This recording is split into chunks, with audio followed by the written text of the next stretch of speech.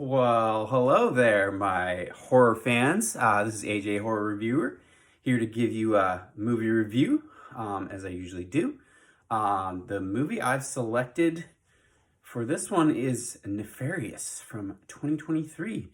It's rated R. It is an hour 38.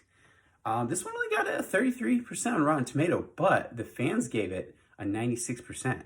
That's I guess that happens a lot with horror movies, especially. This one's on Prime if you're looking to watch it right now. Let me just go through my usual spiel. So this one's directed and written, co-written, directed, co-directed, co-written. Sorry, by Carrie Solomon, who I don't really know. He seems like a pretty Christian religious guy. He did God's Not Dead. Which I never heard of. And also we got Chuck Konzelman, who did The Insatiable, which is, I guess, a horror comedy. I've never heard of it.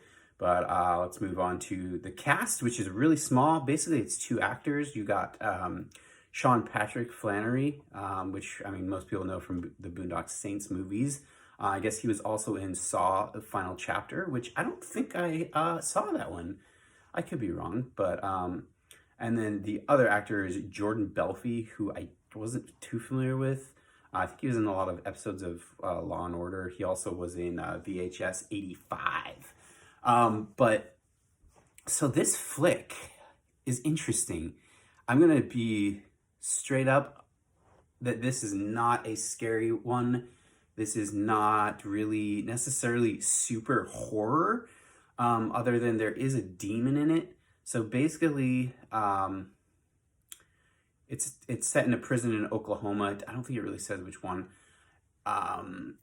With a guy who believes he's a demon, and they have a doctor, physician, who come in to sit and get his, written statement, whatever, to basically say that he's not insane, so that they can execute him. And that's basically the whole film. The demon's pretty much trying to convince him, the doctor, that he's a demon. And of course the doctor's an atheist, so he's like, yeah, that's not really gonna work with me. But then he pushes him, and there's just too many coincidences. And I will say, this is Sean Patrick Flanery is really good acting in this one. Man, it's pretty good. But anyways, it just continues on. Edward is the prisoner who's about to be executed, and he flips back from the demon to Edward. The demon's name is Nefarious. Was the name that they could come up with for the English terminology, I guess. Yeah, it's very it's just dialogue, pretty much. There's not a whole lot of there's not really any action.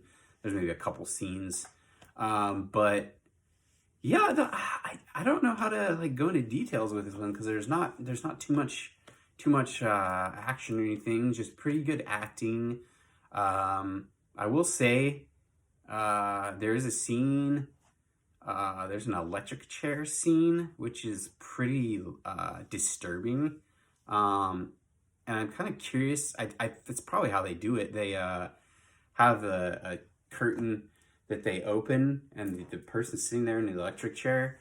I don't know that a lot of places still do the electric chair. I'm not positive that Oklahoma still does, but I mean, hopefully they got the writers and whatever got their information right. But yeah, the scene, it's just, it's disturbing. But it's just kind of one of those movies that you're kind of like, okay, it's good. It's good enough to get all the way through it. But I was hoping for some scary shit, something to pop out. I was just waiting, or for there to be a huge twist, which there kind of is.